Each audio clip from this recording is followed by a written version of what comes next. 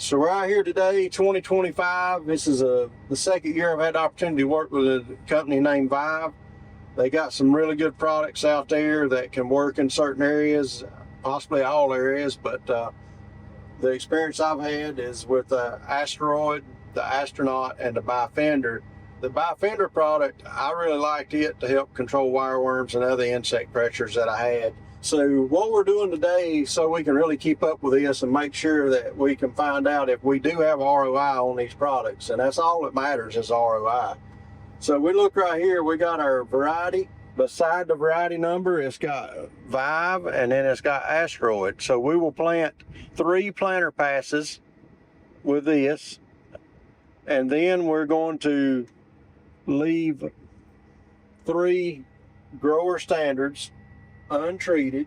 Then we're going to add the Bifender product in and do 3 passes. This is pretty long passes, so we're going to get a few acres in a pass here, and we're going to add that Bifender in, and then we're going to come back on that grower standard pass, and we'll leave an additional grower standard pass with no treatment whatsoever.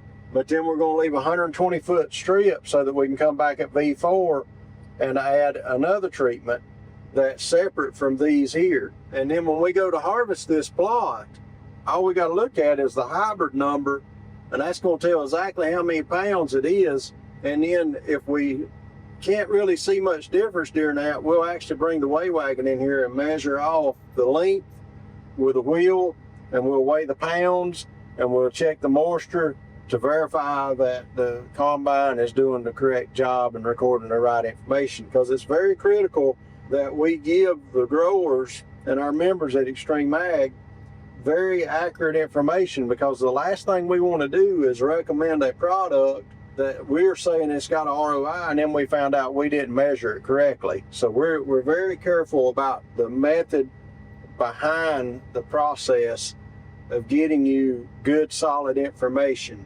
Pretty excited about this. I've been doing these acronyms for many years. You've heard me talk about them, but it's easy to forget about it. But when you're planting and using products, and you need to plan ahead, if you're going to do some foliar trials, go ahead and set that out in your variety.